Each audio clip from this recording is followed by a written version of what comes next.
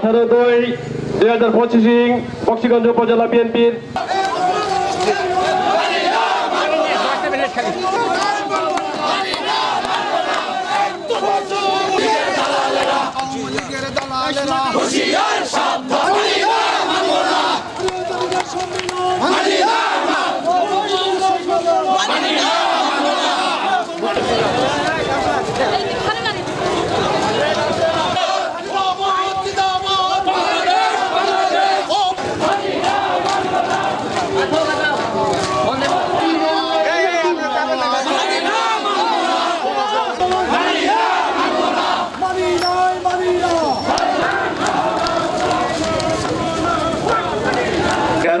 Chairperson Begum Khaleda Zia জিন্দাবাদ। গণতান্ত্রিক এবং নিয়ম বহির্ভূত এই সমাবেশকে হবে ওয়ার্ড সম্মেলন, ইউনিয়ন সম্মেলন করে উপজেলা সম্মেলন হয়, এটাই কিন্তু আমাদের মূল দাবি।